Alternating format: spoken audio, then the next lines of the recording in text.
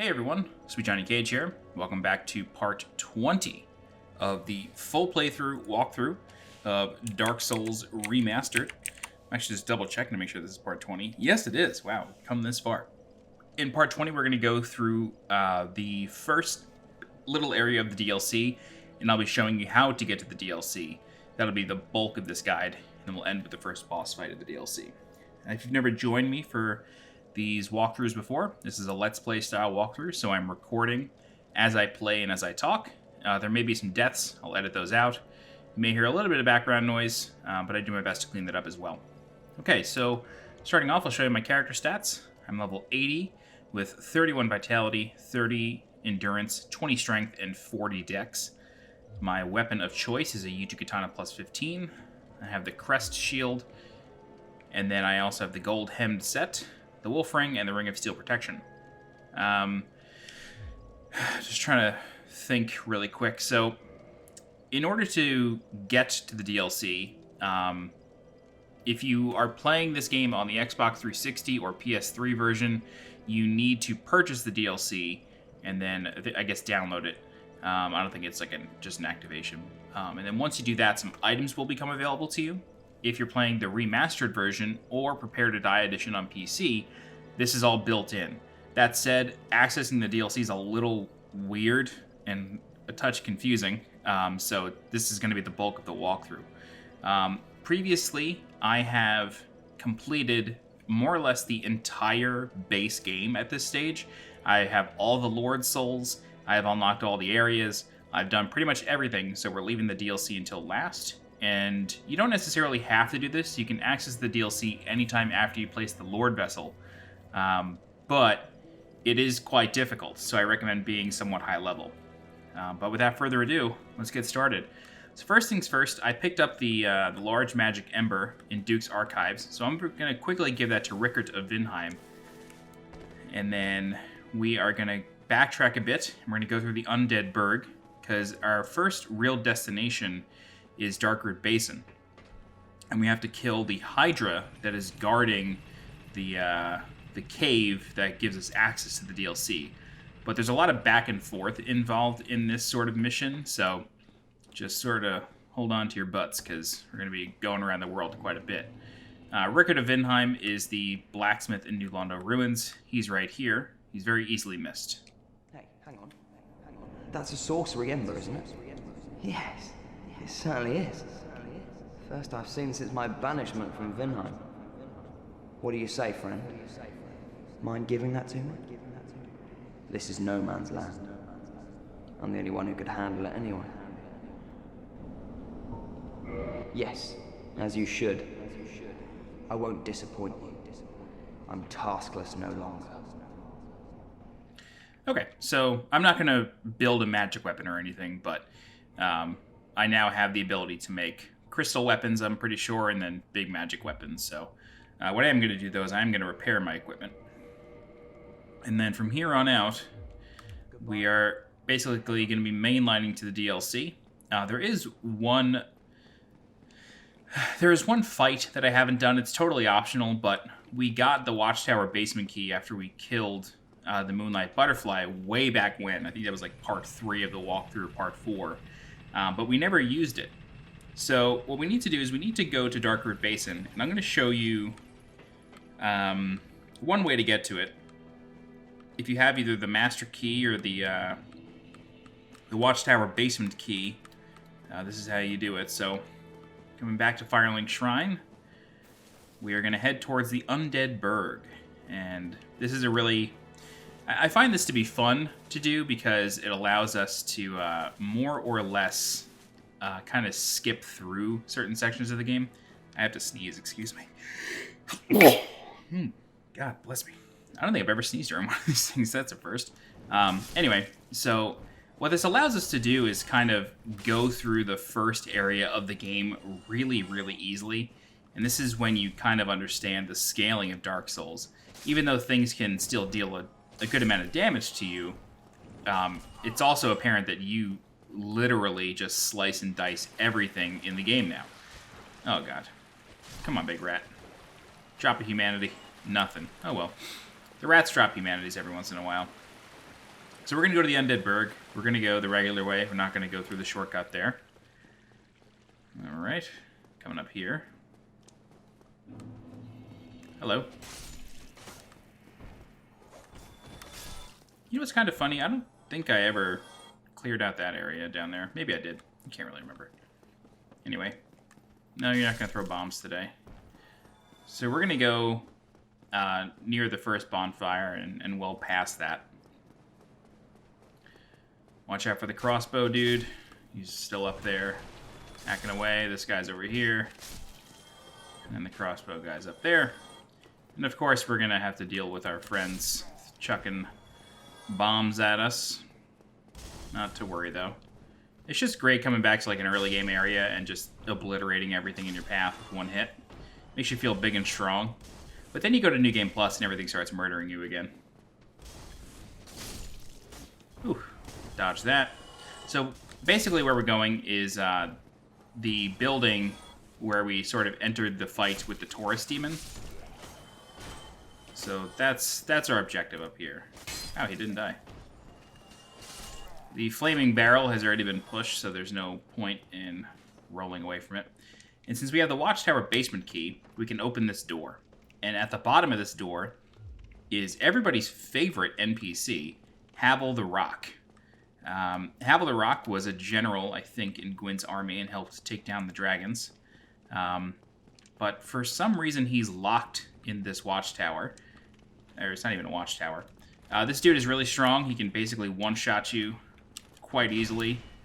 So he's also quite difficult to parry. He's really difficult to backstab because he has a big shield on his back. He has a ton of poise.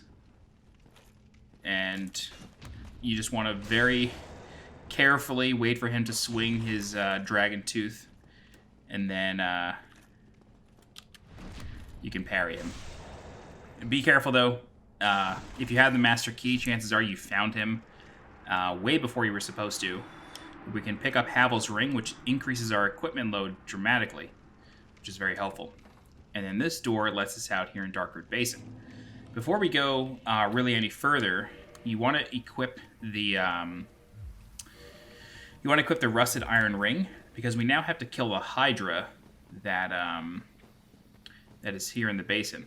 And then we also have some crystal golems down here, and just some random treasures. The Hydra can see you and will start shooting like balls of water at you, so you gotta be careful.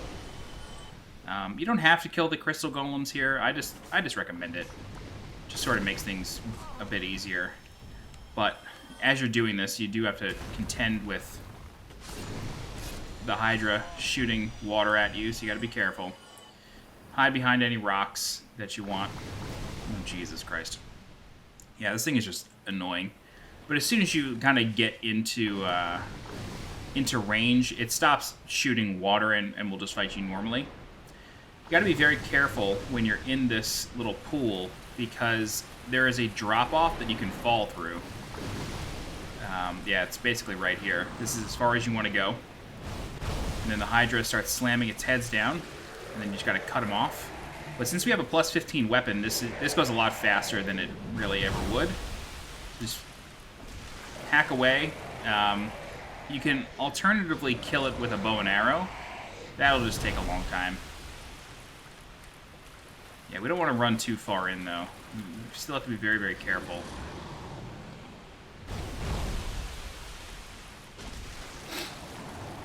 I think it's at...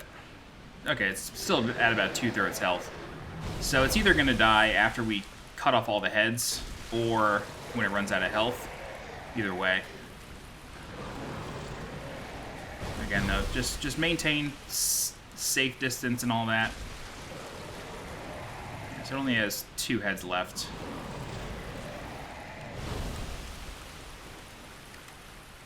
Oh, man, we just missed it. Just missed it. Unlike the Hydra in Ash Lake, this one doesn't go anywhere. It stays here the whole time, so it won't like start flying overhead or anything. Alright, final head.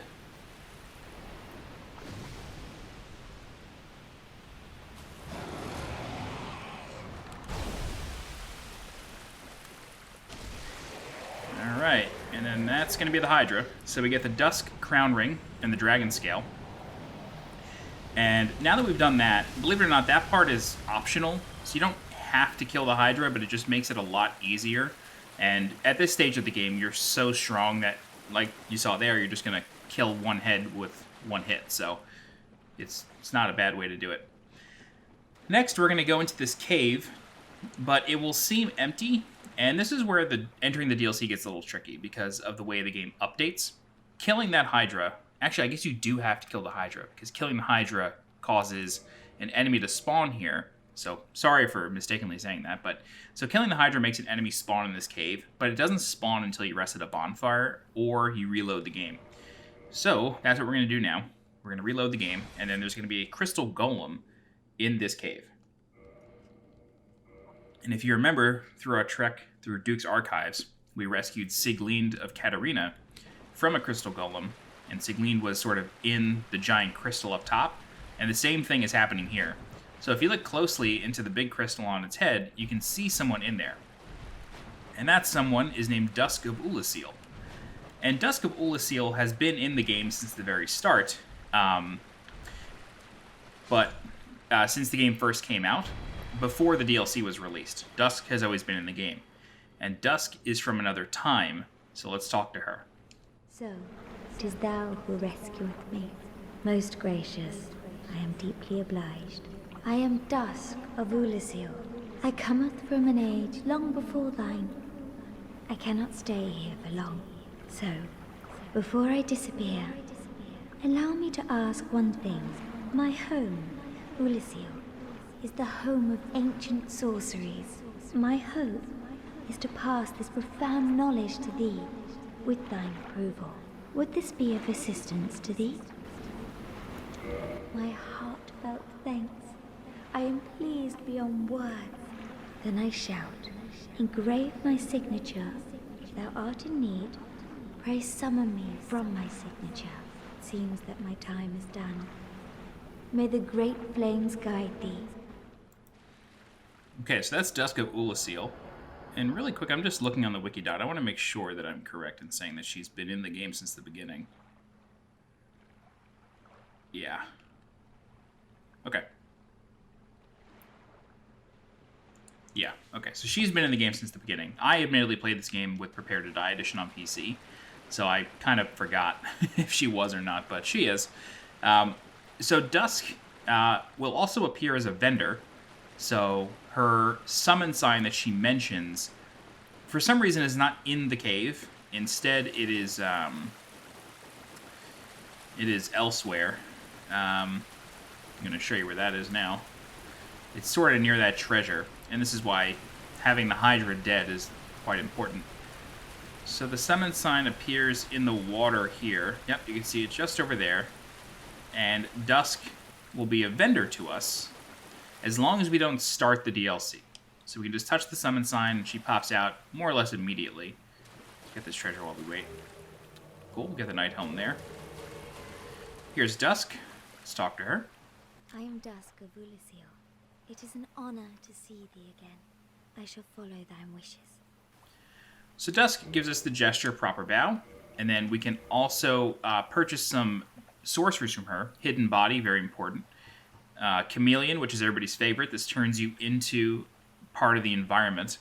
And I'm just going to purchase all of these from her just because I'm eventually going to make a guide that shows where to buy all these spells. She will also sell you the Oolacile Ivory Catalyst, and she has some additional dialogue as well. For a very long time, I was trapped within the crystal golem. From my home I was taken and banished to a plane of distortion.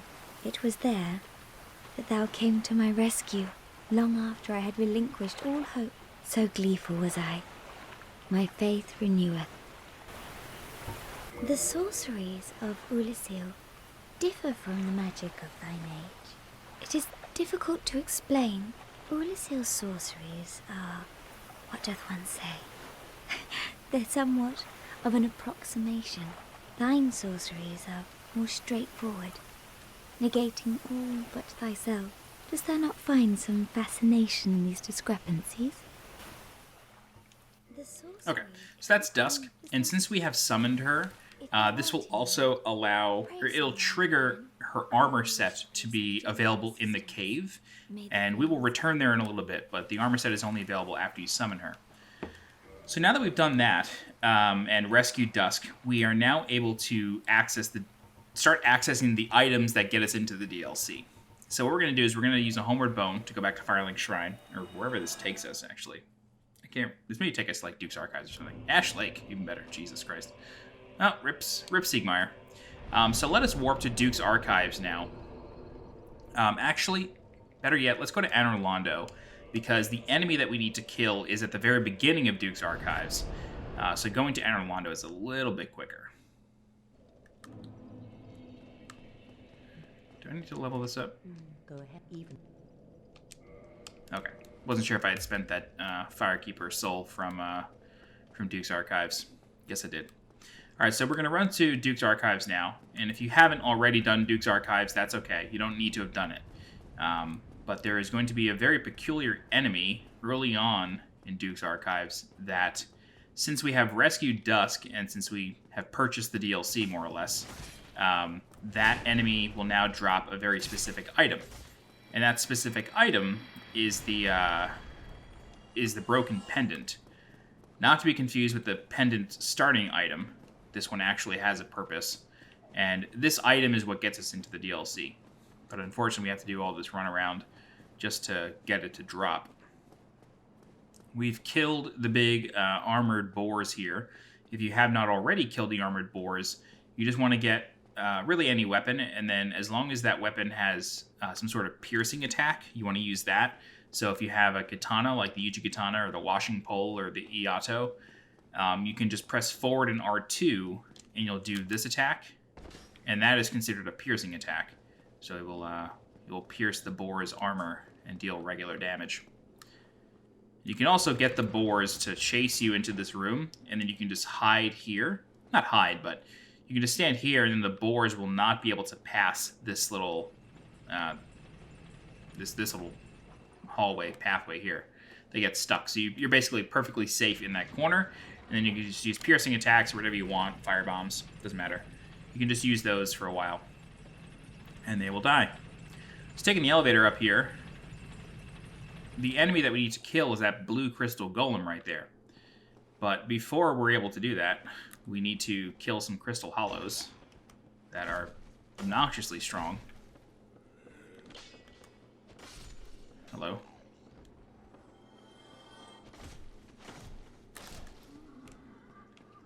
It's an archer, and then there's another crystal hollow here.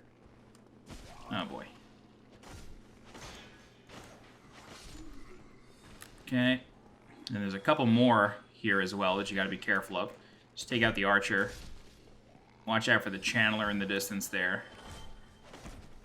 There's another crystal hollow that's gonna follow. That rhymed. Oh man, he's buffed up, so that really could have killed me right there. The crystal golem over here will not attack unless you attack it. Whoa. So just go to work on it, and then as long as you have the DLC, you will automatically get the broken pendant. And now, what we can do, I'm just gonna loot these corpses really fast. What we can do is we can warp back to either Undead Burg or wherever. Oh god, are you really gonna follow me? Basically, we got to go back to the cave that we first met Dusk in, and I'm pretty sure once you have the DLC, the portal appears there, but you can't go through it until you get the pendant. But you'll see what I mean in a sec. So the closest place we can go is probably Undead Parish. Yeah. Let's go to the Undead Parish. Anor Londo. I was thinking New Londo. Let's go to the Undead Parish. I'll show you the other way to get there. Darkroot Basin is in a weird place, and for some reason, it doesn't have a warpable bonfire. Funny enough, when the game first came out, there were even less warp locations, and for folks who've played Dark Souls 2, 3, or Bloodborne, or even Demon Souls, you know, you guys, or in those games, every single bonfire or archstone is warpable, or lamp in the case of Bloodborne. In Dark Souls 1, it's not that way. There's only very specific warp locations, which, honestly, I prefer. You know, in small cases like this, it's a little annoying. But I really prefer the fact that there is way less warping in this game. And I also like the fact that you can't warp until, you know, halfway through the game. I think that encourages the feeling, or aids the feeling of getting lost in this game. Okay, so we're back in Darkroot Basin.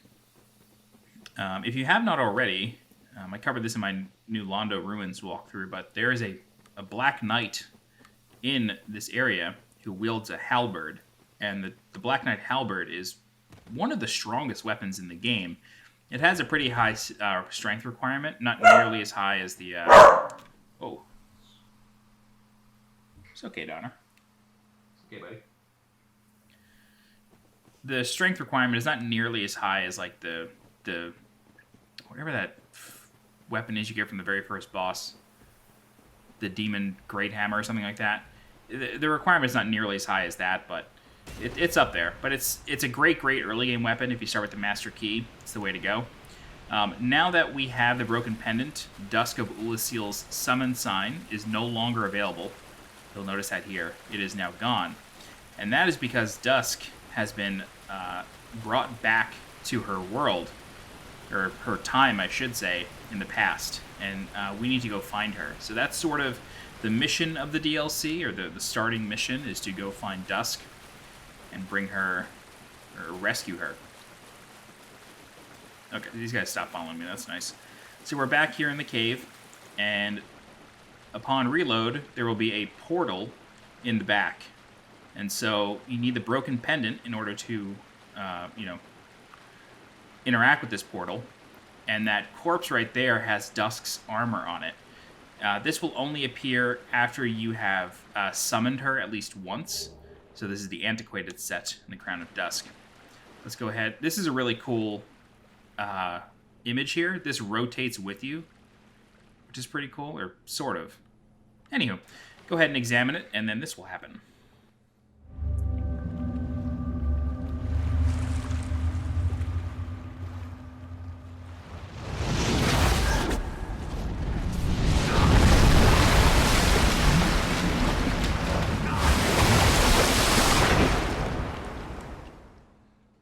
All right.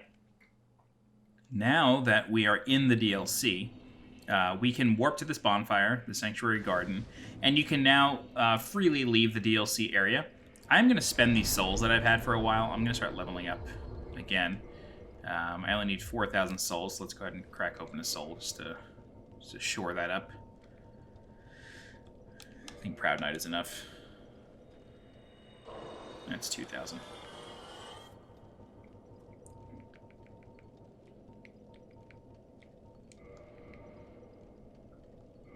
I think 3 of these would be good. Yeah, great. Let's go ahead and level up one more time. All right, cool. So at this point, you can freely leave and come back to the DLC. You will no longer need to use the portal. And then there is a boss at the edge, or at the end of this little tree that we're walking through. This boss is the Sanctuary Guardian. It's not hard, but it's not easy. It can easily overwhelm you if you're not careful. It's sort of like a griffin of sorts with a barbed tail. You can cut off the tail for the whip. I think it's called the barbed whip, I think. Excuse me, hiccups now. Sneezes and hiccups in this guide. It's a pretty easy fight.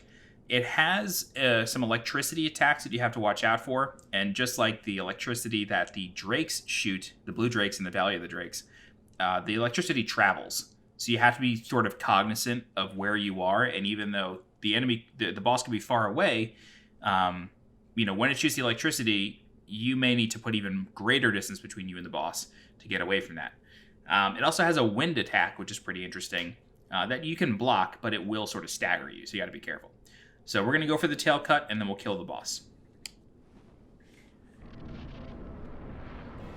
All right. So here's the Sanctuary Guardian. This is the electricity attack. You can just walk to the side of that one. It also has a repeating electricity attack that you just can run away from. Yeah, that one's fun.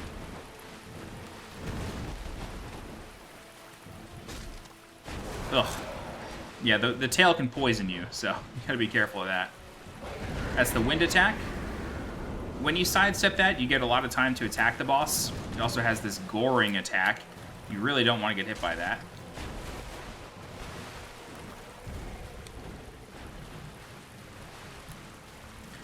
The trick with this boss is not to block or get hit, it's to roll away from everything. Because most of its attacks, see the electricity travels right there, most of its attacks can hit you, or they will deal a lot of stagger damage to you, preventing you from getting hits in. So at this point, I'm dealing incredible damage to this boss, so I'm just going to wait until I get a good shot at its tail. So, oh god. I'm basically going to stop trying to hit the boss, and I'm just going to go for the tail. It has this move where it sort of glides over you. That's a really good opportunity to hit the tail. This attack, unfortunately, is not. The tail is almost always up, so you got to be... You gotta wait for it to sort of fly over you. Oh god.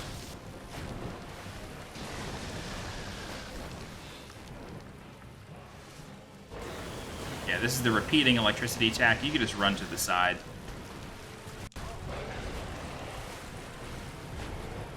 Come on, bud.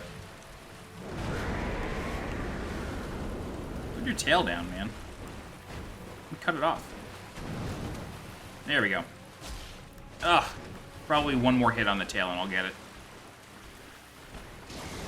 Oh, dude. I really hope I'm not messing this up.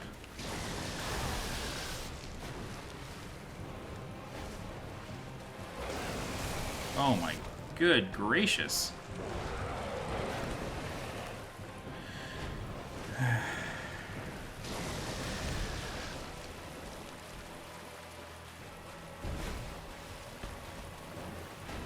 So it's like you can see, it's not a hard boss. It's just it takes a while to get the tail cut. So while you're trying to avoid everything, you can wind up prolonging the fight a good deal. I mean, this really should be over at this point, but I want the tail cut. Black Dragon Calamite is the same way. Calamite has a lot more health than Sanctuary Guardian, but there we go. Guardian tail, and the boss is dead. Black Dragon Calamite has a lot more health than the boss, than Sanctuary Guardian, but the tail cut is equally as annoying. Okay, so that is that fight. Something interesting to note is that if you rest at the bonfire after killing a boss, or after killing this boss, you can go back into that area, and there will be 2 of them. So you can sort of repeatedly... I think they're repeat enemies. I've never actually killed them both. Maybe I should do that. Anyway, we'll light the bonfire here. I highly recommend kindling that bonfire as high as you can. But let's go ahead and talk to Elizabeth. Well, look at this one. From what faraway age hast thou come? Thy scent is very human indeed, but not intolerable. Ah, Princess Dusk's savior. Thine aura is precisely as she described. I thank thee deeply for rescuing Her Highness, but Princess Dusk is here no longer, snatched away by that horrifying primeval human. And so I must ask, couldst thou once more play the savior? Thank you. I am Elizabeth, guardian of this sanctuary. Something of a godmother to Princess Dusk. I shall assist thee to my utmost, for I am one with the sorceries of Oolacile. Okay, so Elizabeth is a great vendor. She's one of the only vendors in the game that sells repair powder. She sells it for really cheap, too. Only 300 souls. She sells gold pine resin, which adds lightning to your weapon, as well as the Oolacile Ivory Catalyst. And so we can talk to her again to get some more lore. Thou shalt see further on. An abyss was begat of the ancient beast, and threatens to swallow the whole of Oolacile. Knight Artorius came to stop this, but such a hero has nary a murmur of dark. Without doubt he will be swallowed by the abyss, overcome by its utter blackness. Indeed, the abyss may be unstoppable. Still, I have faith that Princess Dusk may be rescued yet. Thou shalt Okay, so that is Elizabeth. And then there are some treasures in this little area, so let's go ahead and get those. Some of them are behind the statues here, I think. I think it's just like humanity. Yeah, there's one. And since this guide has been pretty short, let's go kill the double Sanctuary Guardians, just for kicks. I don't think I've ever actually done it, so it'll be an adventure for both of us.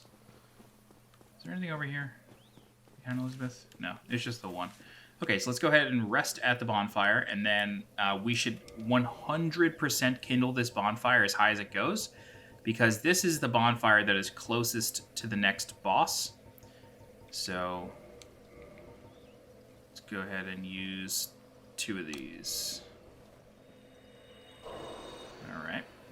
Then we can reverse hollowing, and then we will kindle a few times. And then we'll go kill the double Sanctuary Guardians. And while we do this, let me just look this up. Sanctuary Guardian.